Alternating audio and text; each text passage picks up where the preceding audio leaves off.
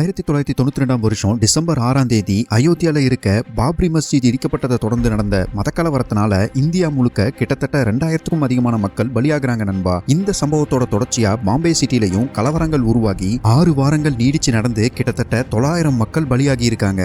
அரசியல் காரணங்கள், மதசார்பு இயக்கங்களோட தூண்டுதல், ஆண்டாண்டு காலங்களா ஊறி போயிருந்த மதவெறின்னு பல காரணங்கள் இந்த கலவரங்களுக்கு சொல்லப்பட்டாலும் பல அப்பாவி பொதுமக்கள் ஏன் எதுக்குன்னே தெரியாம தங்களோட உயிரை இந்த கலவரத்துல இழந்திருக்காங்கிறது தான் நிதர்சனமான உண்மை. இப்படிப்பட்ட ஒரு உண்மை சம்பவத்தை பேக்ரவுண்டா வச்சு அதுல சிக்கி தவிக்கிற ஒரு இன்டர் ரிலீஜியஸ் ஃபேமிலியோட ஸ்டோரியை சொன்ன அற்புதமான படைப்பு தான் 1995ல இயக்குனர் மணிரத்னம் அவர்கள் டைரக்ஷன்ல வெளியான பாம்பே திரைப்படம்.